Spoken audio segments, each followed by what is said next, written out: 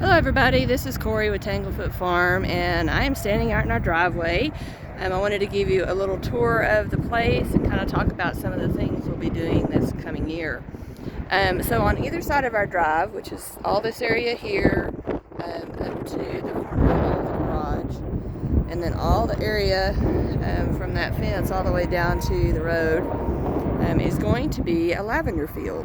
We were recently awarded a farm diversification grant from the Department of Agriculture here in Oklahoma, and we're going to start the installation of about 600 or so lavender plants probably sometime next month. And that's going to be part of our U-Pick once those plants mature, and then also give us some product to sell at the farmer's market here on the farm and possibly online. Now coming up on this little building here, this is our prep and pack. It's a little 16 by 24 shed that we outfitted to be able to process our vegetables, get them packaged up for market, and then also it has a 160 square foot cold storage in it, which is super handy when production's really high in the spring and summer. Now right next to it we have this little trailer. It says A Touch of Rust because that is a business that I ran for about 12 years. It was a vintage market down in Texas. We're going to rebrand this little trailer for the farm so that we can have a bar here during our summer events. This is our garage and sort of storage barn. We're getting ready to take this third stall and turn it into a farm store. That's something we've wanted to do for a while. It's gotten a little more important because we want to be able to sell our dairy products from our goats, and we also want to be able to sell our pasture-raised chickens, and we cannot bring either one of those products to the farmer's market in Oklahoma, so we do need to sell them here on the farm. We hope to have that up and running by the time we have product to fill it with. Now coming around the front of the house, this is a little landscape project we did not quite finish up last year, and we will get it done this year. Basically we need a few more plants and then some rock to fill up this bed. We are going to extend this bed around the corner of the house, because this area from the corner of the house and all the way across over to the creek that's behind the arbor is going to be our cut flower area. Now this is a little bit shady right now, but in the summer when the sun's a little bit higher, it's pretty much full sun for more than half the day. So we'll have raised beds here between the house and that propane tank, which we're going to put a fence around.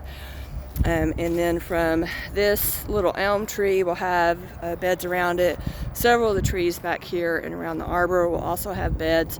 So we'll have a really nice U-Pick area for folks to come out and enjoy the farm. Now we have one sad little apple tree here. It's lonely because all its brothers and sisters died. So we've got some apple trees and some pear trees that'll be going in this area. We do want to try and have as much of our property in some sort of production, because we only have 2 acres, and if we're ever going to make a living off of this, most of that needs to be earning its keep in some way or manner or form. We do have some other fruit trees. We've got sand plums and we've got some pears in the back, and we'll continue to add to that as we can. Now this area back here is our garden area. That's our high tunnel, which we grow in, but I've been using the front of it for a propagation house. We're actually going to build a greenhouse slash propagation house off the corner there, hopefully fairly soon, but certainly by summer. I really struggled last year with keeping up with my successions because I simply did not have enough space to grow the seedlings. Now the great thing about this high tunnel is that we were able to build this with an NRCS equipped grant. So it's a 30 by 60 high tunnel, and it only cost us $1,100. It was a real game changer. It was really what enabled us to start doing a market garden. Until we had this, our production was nowhere what it needed to be able to sell. The following year we bought 2 Farmers Friends Caterpillar tunnels. They basically are 14 by 50 each, so almost the same size as the high tunnel, and that gives us quite a bit of ground to grow under plastic with. Now, we were awarded another NRCS equipped grant, so we are putting 2 additional Farmers Friends Caterpillar tunnels here in the back. Now, we are buying the larger tunnels that they make now, so it will basically increase our under plastic growing space by about 40%, and that's going to really give us a big boost as far as product to be able to take to market. Now, we're going to put in an outside field. We do grow some outside, but it's going to be down the side of this high tunnel, and will be primarily for root vegetables. We have a tremendous amount of pest pressure out here, and so we need plants that don't have a lot of pest issues.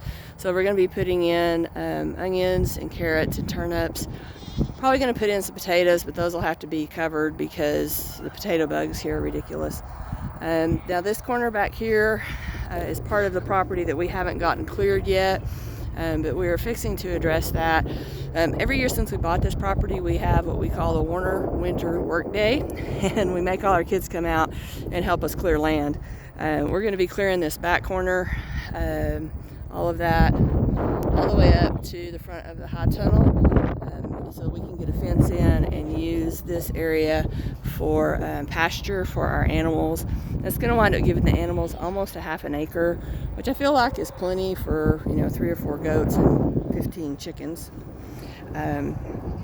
But it will give them give us the opportunity to do some rotational grazing, so that they always have fresh fodder, and that will cut down significantly on our feed bills. And the other thing we're hoping to use a little bit of that land for is we want to introduce pigs onto the property this year, so that we'll have some pork to put in the fridge. Now, this little bed here, it's 12 feet by 50 feet wide, and we have planted asparagus crowns in here, along with some strawberry plants. Now, we'll have strawberry plants this summer, but the asparagus, of course, is a couple of years before we'll have anything harvestable. But it's going to be great to have it because it's a very early crop, and it will give us something to take to market in February and March besides just greens and turnips. Now, this area is another project that I've been working on a little bit at a time. This was a flower area, and it was several small beds.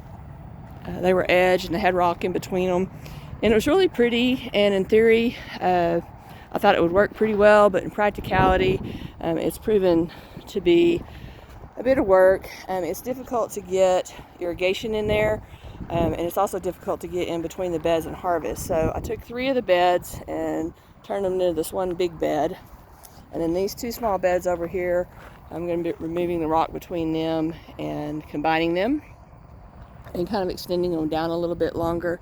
This is going to be primarily for herbs and then some production flowers that will not be part of the U-pick. Now, this area between the fence and the low tunnel here, we actually had full of zinnias this last year, and it was just gorgeous, but it's also impossible to get into to do any kind of cultivation or pest control, and consequently we had some very significant pest pressure in this first tunnel. So we are still going to use this for flowers, but we're going to leave a 3-foot walkway between the flower beds and the tunnel so that we can get in and sort of take care of things while we're here. Okay, so moving into our backyard, this is where we did our first farm to table event, and it was actually pretty successful. Everybody seemed to have a good time, but we did learn a lot from that first one. One of the things we need is a better cooking setup. So we're going to be taking our little fire pit patio here, removing the fire pit and turning it into an outdoor covered kitchen with some electricity to it. And then the other thing we figured out is that this little hill on the other side really needs to have some steps.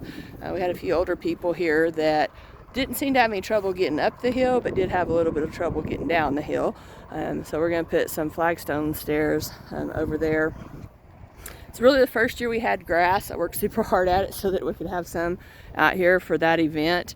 We still have some work to do on the back side of this yard. And then also I'd like to get a little bit of landscaping along this back fence, maybe some shrubs or something that the goats won't eat. Now in front of us you can see the barn that we built this summer. I'm super proud of it. It's one of my favorite things on the property. However, it's not quite finished yet. Those doors are basically just nailed on there, and as you can see, they're a little bit too large. We did not measure correctly, and consequently we're gonna have to take them apart and cut them down a little bit before we mount them permanently on the hardware. And then we have another door in the back that needs to be done as well. Some work to do inside of the barn because this little girl right here is pregnant. Hello, sugar.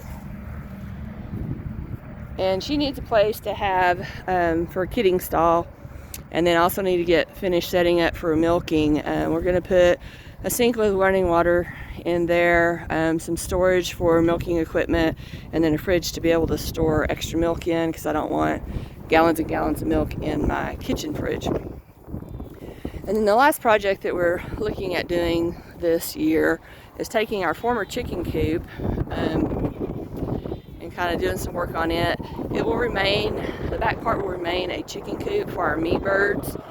They free range the rest of the time. And then we're going to take the front of it, get it reclad in metal, and use it for hay storage so that I can get the hay out of my barn. And then that's pretty much finishes it up for the year. Now I am certain that we will come up with some other projects between now and then, but that's what we've got on the agenda for the next few months, actually about the next 6 months. And it's pretty dull looking around here right now. There's not a lot growing, but by the time that everything starts growing in the garden and the flowers start blooming, it is really gorgeous. So I do hope y'all will tune in again, check in with us from time to time and see how it's going out here. Thanks for tuning in, and if you enjoyed this video, please like and subscribe. We'll see you later.